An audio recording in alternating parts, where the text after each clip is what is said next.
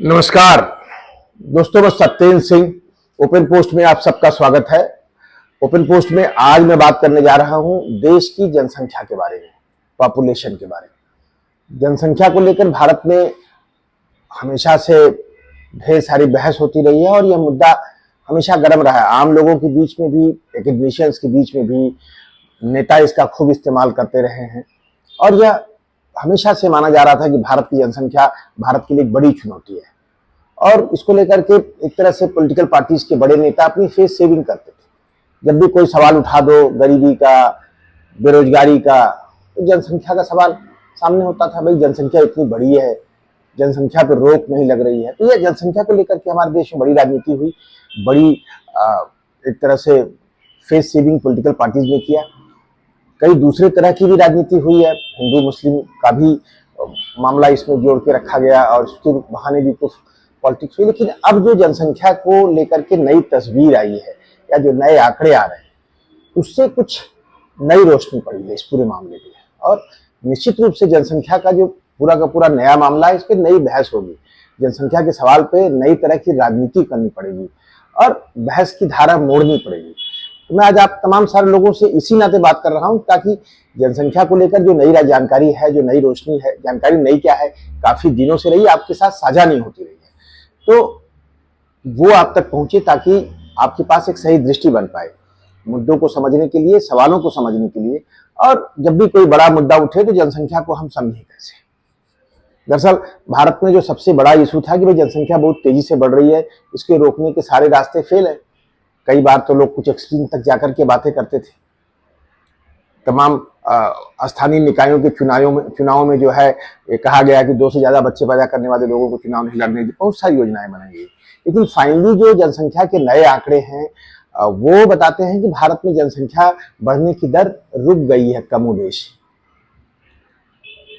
दुनिया में जनसंख्या को समझने के लिए, उसकी वृद्धि दर समझने के लिए एक तरीका है, वो हम उसे जब हम बोलते हैं बेसिकली स्त्रियों की जो प्रजनन दर है, पर स्त्री कितने बच्चे पैदा हो रहे हैं, जो फर्टिलिटी रेट कहते हैं, उसके भरोसे हम समझते हैं कि देश की जनसंख्या कितना बढ़ेगी, कितना है, कितना कम होगी। तो जो भारत में जो प्रजनन दर है या फर्टिलिटी रेट है, वो इस वक्त जो है उस दर से नीचे आ गई है जिस दर पे जनसंख्या स्थिर रहती है। जनसंख्या को स्थिर रहने के लिए जो दर है वो यह है कि प्रति महिला या प्रति स्त्री जो है 2.1 का जो प्रजनन दर अगर हो तो उस देश में जनसंख्या स्थिर रहती है।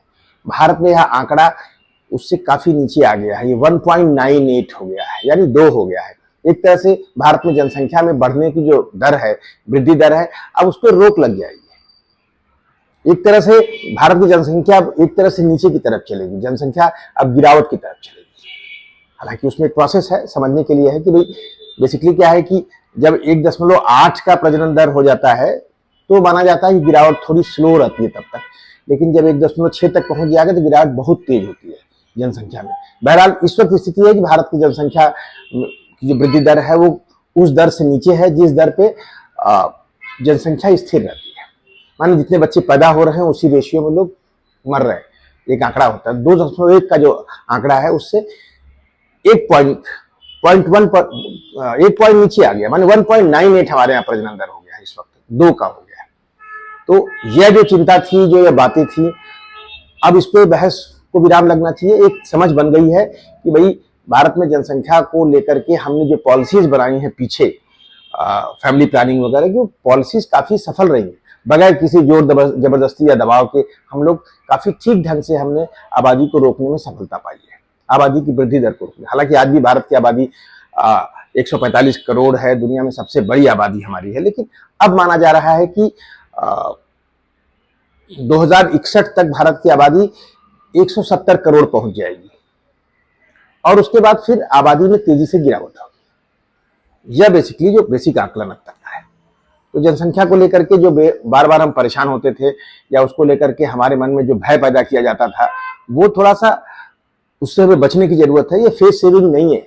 अब आपकी पॉलिसी फेमस जो हैं, जो कानून बनाने वाले लोग हैं, जो पॉलिटिशियंस हैं, जो देश चलाने वाले लोग हैं, उन्हें अब इस सवाल को दूसरे तरह से देखना होगा। जनसंख्या से जुड़ा हुआ एक और मुद्दा इस देश में हमेशा रहा है, वो रहा हिंदू मुस्लिम का। आमतौर पर कहा गया कि मुसलमान ज्यादा बच्चे पैदा करते हैं, और इसको लेकर के कई पॉलिटिकल पार्टीज, तमाम सारे नेता खूब राजनीति करते रहे, खूब राजनीति हुई है। लेकिन जो अब आंकड़े हैं वो ये है कि मुसलमानों में भी जो प्रजनन दर है वो काफी कम हो गई है और पिछले 2 दशक में मुसलमानों की आबादी में वृद्धि दर काफी कमी उसमें आई है। अगर हम 1992 का आंकड़ा देखें तो 1992 में मुसलमानों में प्रजनन दर 4.4 थी, जो आज 2.3 हो गई है। हिंदुओं में 1992 में प्रजनन दर 3.3 थी, वो आज लगभग 1.9 या 2 के आसपास है, मतलब 2 के आसपास हो गई है। तो अब सोचिए कि मुसलमानों का प्रजनन दर जो है 4.4 से 2.3 तक आ गया है। उनके भी समाज में जो है फर्टिलिटी रेट में काफी कमी आई है। इसका मतलब है कि फैमिली प्लानिंग की योजनाएं वहां कारगर हुई हैं।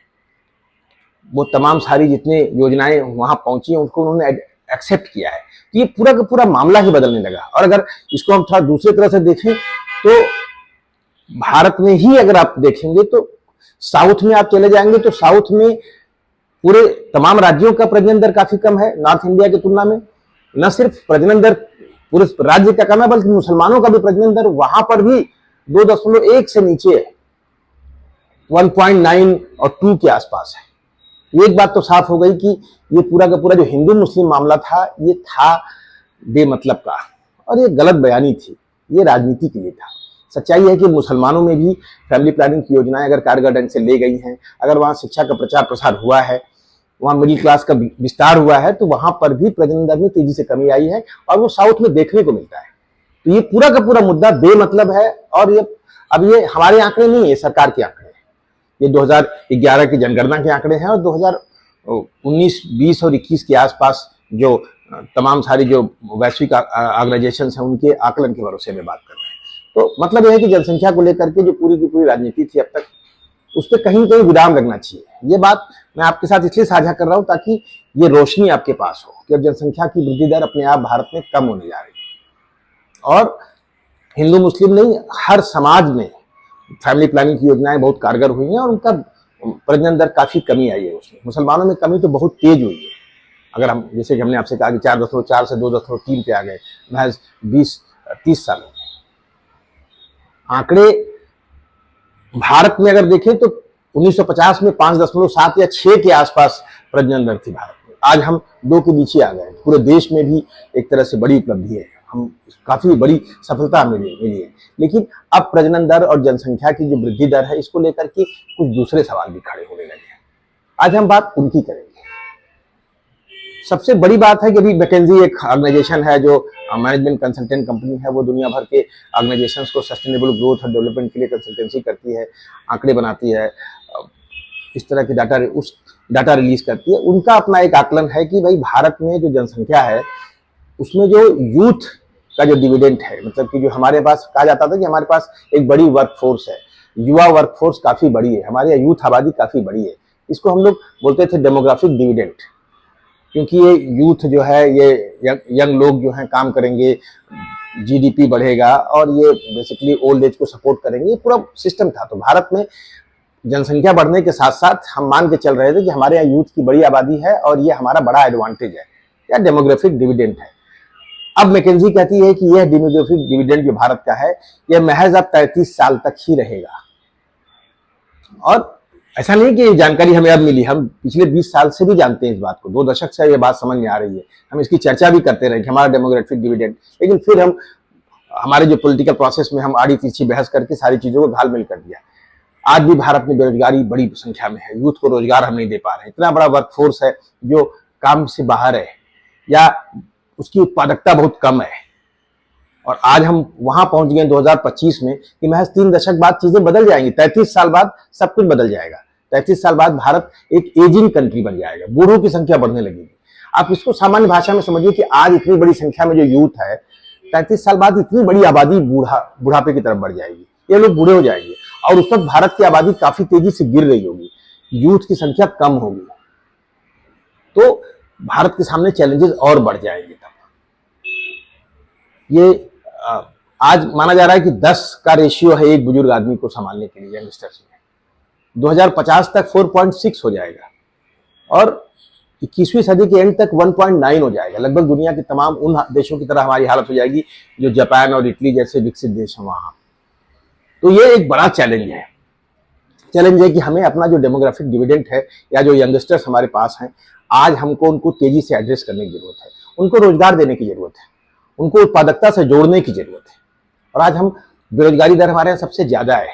आज हम इसी मोर्चे में फेल है और उसके लिए कोई प्लानिंग नहीं हो रही, उसके लिए पॉलिटिकल पार्टीज के पास कोई योजना नहीं है, सरकारों के पास कोई योजना नहीं है। इस देश में हम फ्रीबीज बांट रहे हैं, छोटी छोटी सब्सिडीज के भरोसे हम देश चलाना चाहते हैं। 5 किलो राशन देके 80 करोड़ देश को पाल रहे हैं। तो यह जो आंकड़ा है, ये आंकड़ा है कि भाई भारत में जो यूथ है उसको तेजी के साथ रोजगार देने की जरूरत है। अब रोजगार देने की जरूरत एक ऐसे मोड़ पे है जहां ऑलरेडी बेरोजगारी बड़ी चुनौती है, जहां रोजगार सृजन नहीं हो पा रहा है। लगभग सारी सरकारें, राज्य सरकारें और केंद्र सरकारें सब फेल हुई है इस मोर्चे पे रोजगार के सृजन करने में। रोजगार का सृजन नहीं हो रहा है क्योंकि उत्पादकता नहीं बढ़ रही, मैन्युफैक्चरिंग सेक्टर में ग्रोथ नहीं हमारे यहाँ उस तेजी से हो रहा है। साथ में एक और संकट है कि हमारे यहाँ जो यूथ है इसकी एम्प्लॉयबिलिटी के लिए लायक नहीं है। जैसे इंजीनियरिंग कॉलेजेस के बारे में, बहुत सारे इंजीनियरिंग कॉलेजेस हैं, बड़ी संख्या में पढ़ के बच्चे इंजीनियर बन रहे थे, वहां पर भी डाटा आता है कि भाई एक बहुत छोटी संख्या में बच्चे हैं जो एम्प्लॉयबल हैं, उनकी पढ़ाई लिखाई ठीक से नहीं हुई है। भारत में जो पूरा यूथ है उसमें से 6% यूथ जो है स्किल्ड है। तो जो नए दौर में रोजगार जो जनरेट हो रहे हैं उसमें स्किल की बड़ी जरूरत है। अनस्किल्ड वर्कर्स की संख्या बड़ी मात्रा में है, माने 6% स्किल्ड वर्कर्स है। तो एक बड़ा सवाल है कि इस यूथ को हम रोजगार में कैसे जोड़ें। तो पूरा फोकस हमारा स्किल डेवलपमेंट पे होना चाहिए। आज एक बड़ी चुनौती है, इन सरकारों को बातें हम करते हैं, सारी सरकारें बातें करती हैं, लेकिन उसका आउटकम नहीं मिलता है। पिछले 10 सालों से 15 सालों से हम देख रहे हैं कि भाई स्किल डेवलपमेंट की बड़ी योजनाएं बनती हैं, लेकिन स्किल डेवलपमेंट का आउटकम कुछ नहीं है। आज भारत में सिर्फ 6% यूथ जो है स्किल्ड है। और जो स्किल डेवलपमेंट की योजनाएं चलती हैं, बच्चों को स्किल डेवलपमेंट के सर्टिफिकेट मिल जाते हैं, इंस्टीट्यूट चल रहे हैं, बहुत सारे इंस्टीट्यूट उनके पेमेंट नहीं हुए, वो वहां से जो बच्चे पढ़ के निकले उनको रोजगार भी नहीं मिला। माने वो स्किल के सर्टिफिकेट लेके निकले, पढ़ भी नहीं पाए, वहां भी कोई निगरानी नहीं हुई, वो भी एक बड़ा फ्रॉड का हिस्सा बन गया। तो ये सारे सवाल बहुत बड़ी चुनौती हैं। तो जो जनसंख्या को लेकर जो नई बहस है वो ये है कि हमको अगर इस देश को आगे ले जाना है, जैसा कि मोदी सरकार कहती है 2047 तक हम एक विकसित देश होंगे। हालांकि एक बहुत बड़ा चैलेंज है। आज देश में जो है जीडीपी 6.4 का आकलन था कि भाई 6.4% के हिसाब से हमारा जीडीपी का ग्रोथ हो रहा था, अब उसमें भी कमी का अंदेशा है। तो हम 2047 तक विकसित देश कैसे बनेंगे वो अलग कहानी है। लेकिन मैं कह रहा हूँ विकसित देश बनने की पहली शर्त है कि लोगों के पास रोजगार होगा, पर कैपिटा इनकम बढ़ना चाहिए। हो सकता है हमारी इकोनॉमी का आकार थोड़ा बड़ा हो जाए, लेकिन लोगों की इकोनॉमी, जो लोगों के पास में पैसा है वो बढ़ना चाहिए। यंगस्टर्स जो हैं, ये जब बूढ़े होंगे इनके पास सिक्योरिटी का मेजर होना चाहिए, इनके पास संसाधन होने चाहिए। और अगर हमने इस पे काम नहीं किया तो हम बहुत बुरे फंसेंगे। तो मेरे अपने सिर्फ कहने का मतलब यह है कि जनसंख्या की जो नई बहस है वो एक नई चुनौती के रूप में आई है। अब जनसंख्या बढ़ने को लेकर के हमें परेशान होने की जरूरत नहीं है, जो जनसंख्या की स्थिति है उसको एड्रेस करने की जरूरत है। अब पॉलिटिकल पार्टीज या सरकारें या नेता फेस सेविंग नहीं कर सकते हैं, उन्हें रोजगार जनरेट करना पड़ेगा, उस पर काम करने की जरूरत, उनके पास पॉलिसी होनी चाहिए। चुनाव होते हैं, कोई पॉलिसी नहीं होती, मुद्दा ही नहीं बन पा रहा है।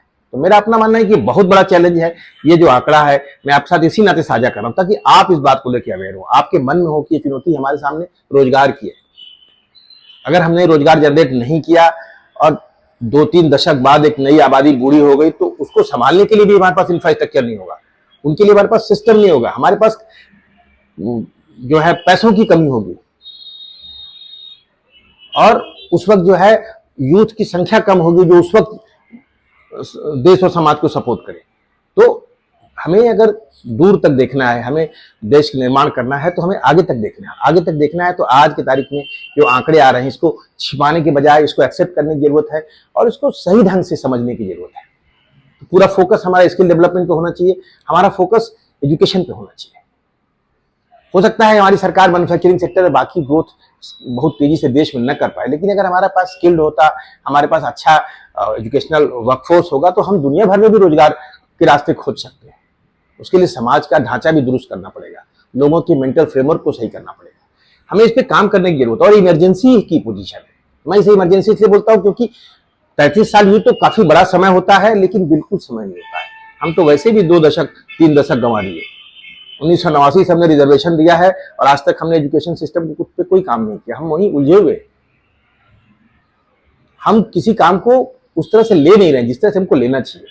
और इसलिए क्योंकि राजनीति हो जाती है जात धर्म दूसरे सवालों पे। तो मेरा अपना मानना है कि इसको आपसे साझा करने के पीछे एक ही इंटेंशन है कि आप इसको लेकर सजग हो, आपका दबाव बने समाज पे, राजनीति पे। ये तो बात हुई कि यूथ का डिविडेंड हमारा खत्म हो जाएगा और जनसंख्या चुनौती नहीं रहेगी। आइए दूसरी बात करते हैं। जनसंख्या को लेकर एक और नई बहस भारत में शुरू हुई है, वो साउथ इंडिया से है। कि साउथ इंडिया के तमाम राज्य जो हैं उनके यहाँ जनसंख्या में गिरावट बहुत तेज है। जैसे वहां पे 1.6 के आसपास जो फर्टिलिटी रेट है, एक महिला 1.6 बच्चों के प्रजनन दर के आसपास पहुंच गई है। वो बहुत बड़ी कमी है। वो साउथ के राज्यों की स्थितियां लगभग उन राज्यों की तरह से हैं जो वेस्टर्न वर्ल्ड के विकसित देश हैं, उनके आसपास हम पहुंच गए हैं। वहां पे आज जनसंख्या की जो में कमी है वो आज बड़ी तेज होगी, क्योंकि वो लगभग वो रेशियो जहां के बाद जनसंख्या तेजी से नीचे गिरती है। 1.6 के बाद तो जनसंख्या बहुत तेजी से नीचे गिरती है। तो साउथ के सामने ये बहुत बड़ी चुनौती है, साउथ के राज्यों के सामने। और ये चुनौती है, साथ में साउथ के राज्य इसको कुछ दूसरे तरह भी देखते हैं। इससे जुड़ा एक पॉलिटिक्स भी है। वैसे साउथ के राज्यों के तमाम सारे मुख्यमंत्रियों ने, मैं नाम नहीं लेना चाहता हूं, लेकिन कई मुख्यमंत्रियों ने कहा कि हमें आबादी को बढ़ाना है। कोई बोलता है कि भाई, एक तो चुनाव में जो रोक लगी थी आंध्र प्रदेश में कि भाई जो 2 बच्चे पैदा करने का मामला था नगर पालिका और स्थानीय निकाय चुनाव में, उसको हटा लिया गया। या कई मुख्यमंत्री कह रहे हैं हमें ज्यादा बच्चे पैदा करना चाहिए। मेरा अपना मानना है कि पॉलिटिकल पार्टीज, और वही खेल वहां पर भी है कि लीडरशिप इसको लेकर सीरियस नहीं है। उनकी पूरी नजर पॉलिटिक्स पे, निश्चित रूप से पॉलिटिक्स पर नजर होनी चाहिए। साउथ के सामने चुनौती है। साउथ के राज्यों का अपना मानना है कि हमारी आबादी में तेजी से गिरावट हुई है और हमने उसके लिए काम किया है। इसके लिए हमको अवार्ड मिलना चाहिए था, हमको रिवार्ड मिलना चाहिए था। हमको इसके बदले में हमारा नुकसान होता है। अभी भारत में संसद की सीटों की संख्या बढ़ेगी, संसद की सीटों का परिसीमन होगा और उसका आधार जनसंख्या होगा। साउथ को इस बात का बड़ा डर है कि उनके जो संसद में भागीदारी कम हो जाएगी, क्योंकि वो जनसंख्या नियंत्रण को उन्होंने बहुत बेहतर ढंग से किया। नॉर्थ इंडिया के जो राज्य हैं, यूपी, बिहार, मध्य प्रदेश, इन राज्यों में फर्टिलिटी रेट आज भी 3 के आसपास है, 3 से ज्यादा है। और इस देश में आबादी का बर्डन इन्होंने बढ़ाया है, हिंदू मुस्लिम का इशू नहीं था।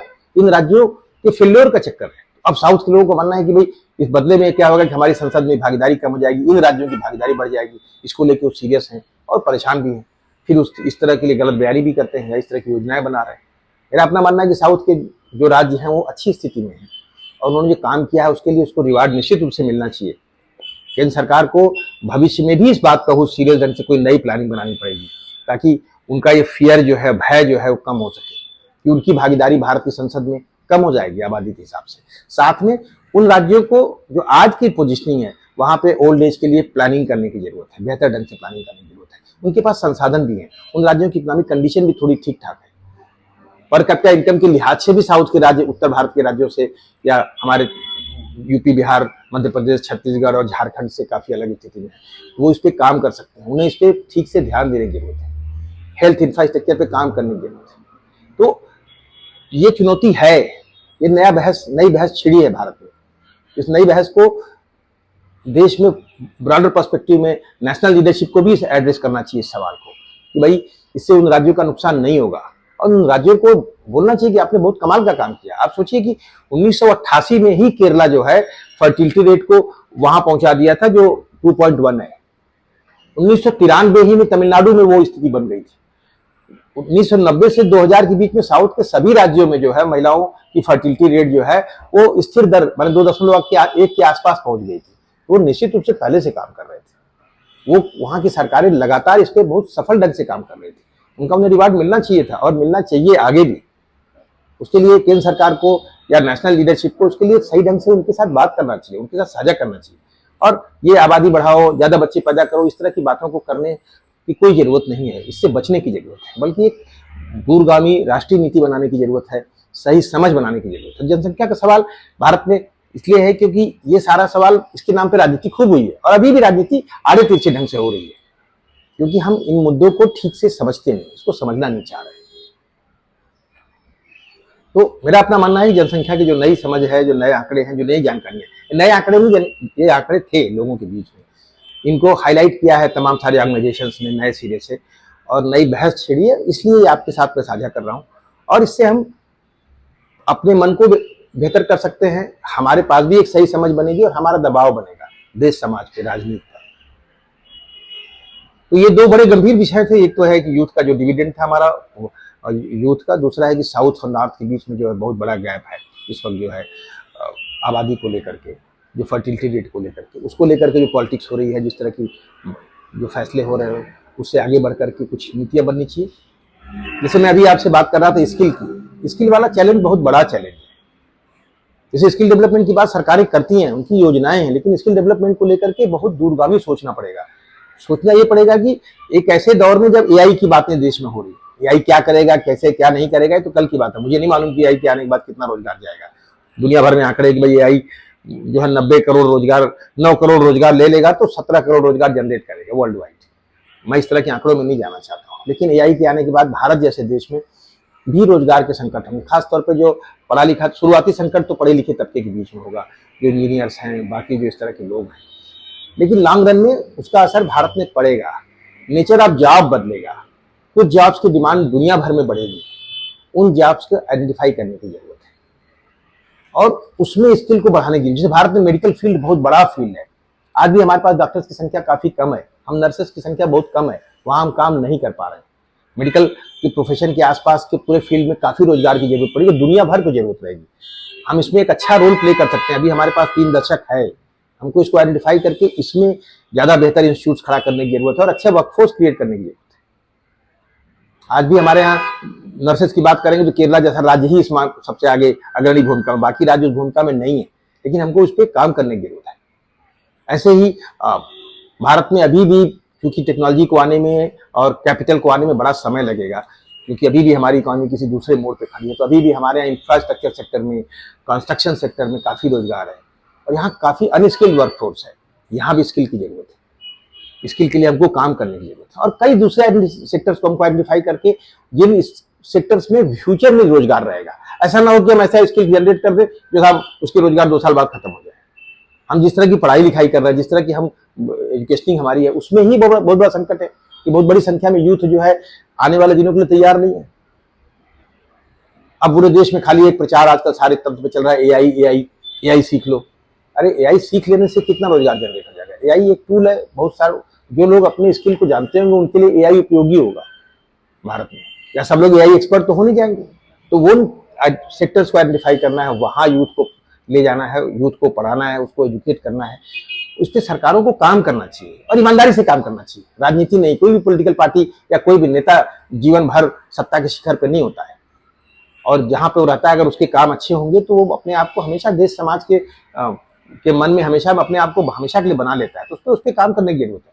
सारी पॉलिटिकल पार्टीज को नई योजनाओं के साथ आने की जरूरत है, नई नई नीतियां बनाने की जरूरत है और ये फोकस होना चाहिए कि हमारे पास जो फ्यूचर के चैलेंजेस है, सबसे बड़ा चैलेंज है, इससे बड़ा कोई चैलेंज नहीं। बेरोजगारी तो चैलेंज है, बेरोजगारी से अलग है कि रोजगार कैसे सृजन करें और कल के लिए कैसे तैयार करें और जो हमारा एडवांटेज है उसका 3 दशक में हम फायदा कैसे उठाएं 33 सालों में, ताकि हम कम से कम 20 साल, 25 साल, 30 साल बाद दुनिया के उन देशों की कतार में हो जहां खुशहाली हो, जहां हैप्पीनेस हो। हमारा टारगेट होना चाहिए। आज के जनरेशन की जिम्मेदारी है। मैंने आपसे सारे सवालों पर इसलिए बात की क्योंकि आज आप नई जनरेशन में हैं, यंग हैं या आज के लोग हैं। आप अपनी सामाजिक जिम्मेदारियों के साथ अगर इन चीज़ों को लेकर के मन में चलाएंगे, आप जो है दबाव पैदा करेंगे समाज में, राजनीति में, और आपके दबाव से समाज और राजनीति बदलेगी। अपनी सिर्फ इच्छा है कि जो नए मुद्दे हैं वो हमें हमारे मन को सींचें, जिससे हमारे मन की हालत बेहतर हो और हम कल के लिए अपने को तैयार करें और समाज तैयार हो। बहरहाल बात करेंगे किसी और विषय पे, तब तक के लिए नमस्कार।